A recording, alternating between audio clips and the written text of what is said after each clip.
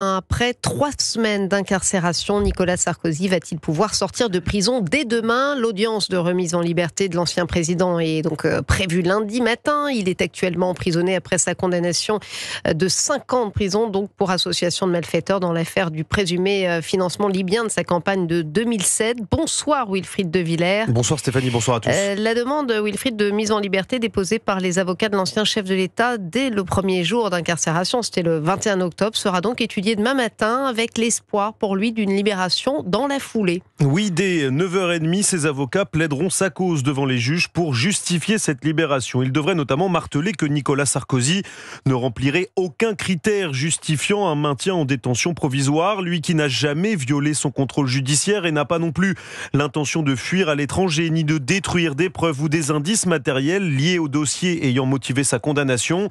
Les avocats de l'ancien président pourraient aussi argumenter qu'il ne représente pas de trouble à l'ordre public. C'est ce qui avait motivé son placement en détention il y a 3 semaines. Enfin, concernant sa sécurité, il apparaît que sa protection serait bien mieux assurée chez lui qu'en cellule à la prison de la Santé. Autant d'arguments pour convaincre les juges qui pourraient rendre leur décision dès demain après-midi. S'il est libéré, Nicolas Sarkozy pourrait être à nouveau placé sous contrôle judiciaire. La justice peut aussi ordonner une assignation à résidence sous bracelet électronique jusqu'à son procès en appel qui doit se tenir dans un délai de 6 mois. Éventuellement, ce délai peut être renouvelable à partir donc du mois de mars, même si les dates précises n'ont pas encore été officiellement annoncées. Réponse donc demain matin. Merci Wilfried de Villers pour Europe 1.